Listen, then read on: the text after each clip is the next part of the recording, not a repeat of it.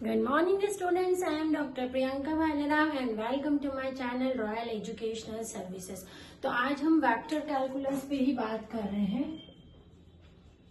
Vector calculus में हमने gradient जो टॉपिक है हमारा उस पे हम डिस्कस करेंगे और हमने लास्ट वीडियो में जो वेक्टर डिफरेंशिएशन कवर किया था उसके कुछ क्वेश्चन करेंगे। तो जो ग्रेडियंट है उसको आप ग्रेड फाई से डिनोट करते हैं। फाई जो रहता है ना वो कोई भी फंक्शन होता है, इसका मैथमेटिकल नोटेशन नैबला फाई होता है।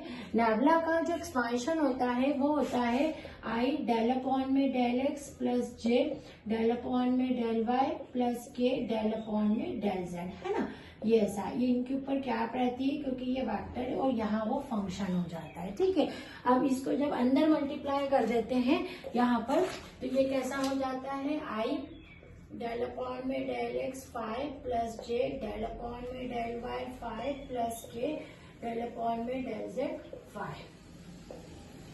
तो इस तरह से ग्रेडियंट फाई नैबला फाई को सॉल्व किया जाता है। ये जो है पूरा आपको ग्रेडियंट फाई की डेफिनेशन मतलब फॉर्मूला है। फॉर्मूला क्या है, nabla phi equals to i del upon में del x phi plus j del upon में del wi fi plus k del upon में डेल जेड फाई। फाई कोई भी एक फंक्शन हो सकता है, ठीक है।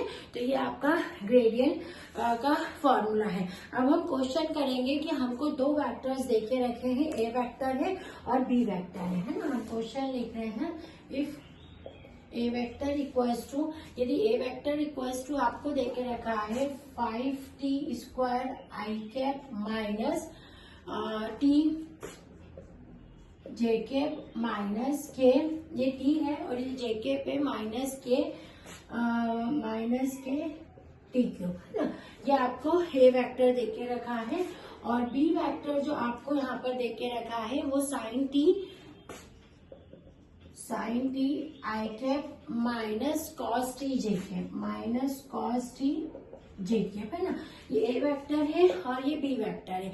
अब हमको क्या फाइंड करना है, we have to find d upon में d t a vector dot b vector, जिसका फॉर्मूला मैंने मेरे प्रीवियस वीडियो में आपको बताया था कि डिफरेंशिएशन ऑफ दो डॉट प्रोडक्ट में जो वेक्टर रहते हैं उनका डिफरेंशिएशन का फॉर्मूला मैंने बताया था। तो इस तरह से आपको दो वेक्टर रहेंगे और बोल दिया जाएगा कि या तो डॉट प्रोडक्ट निकालिए या क्रॉस प्रोडक्ट निकालिए। कई बार दोनों चीजें एक साथ आ जाती है, कॉन्सेप्ट दोनों का सेम है, केवल डॉट और क्रॉस का ही हमको ध्यान रखना है, ठीक है। तो इसमें हम आगे सॉल्व करते हैं। हम इसका फॉर्मूला लगाते हैं सॉल्यूशन के लिए, है ना। वी नो दैट, हम जानते हैं, क्या जानते हैं हम, इसका फॉर्मूला। तो ये क्या होता है, a vector dot b vector, ये क्या होता है, ए वेक्टर डी अपॉन में d t b vector plus b vector d upon में डी टी ए वेक्टर, है ना।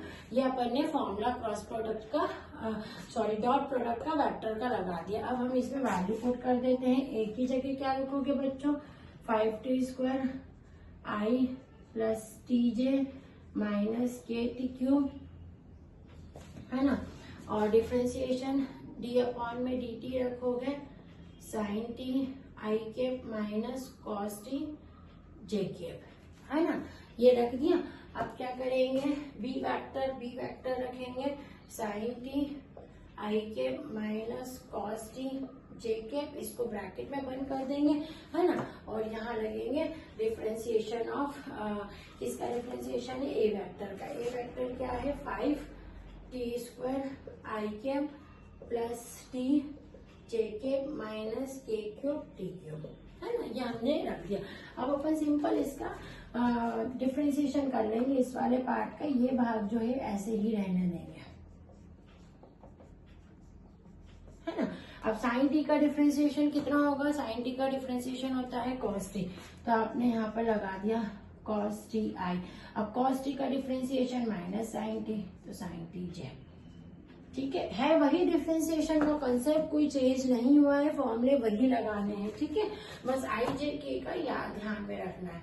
फिर साइन टी आई के माइनस कॉस टी जे के, अब इसका डिफरेंशिएशन करो, ये नीचे आ जाएगा तो tan टी आई के प्लस जे माइनस 3t स्क्वायर के, है ना।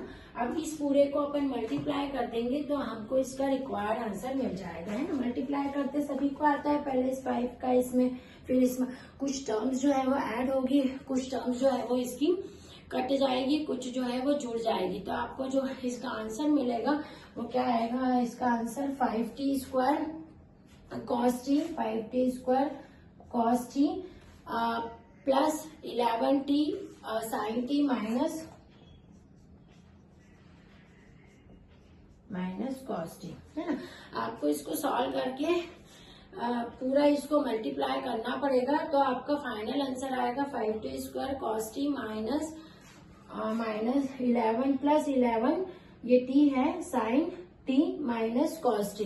इस टाइप से ये जो पूरा आंसर आपका आ जाएगा। आपने को यहाँ पर देखना है कि क्या निकालना है। यदि डॉट प्रोडक्ट है तो डॉट प्रोडक्ट का फॉर्मूला निकालना है। कई बार ये लोग आपसे ऐसा भी बोलेंगे कि इसका क्रॉस प्रोडक्ट निकालना है, तो क्रॉस प्रोडक्ट का आपको फॉर्मूला यूज करना पड़ेगा, और कॉन्सेप्ट डिफरेंशिएशन के वही है, ठीक है। आप इसको नोट डाउन कर लीजिए। नेक्स्ट वीडियो में हम कुछ और क्वेश्चंस के साथ में मिलेंगे, कुछ प्रूफ्स के साथ में मिलेंगे। Thank you.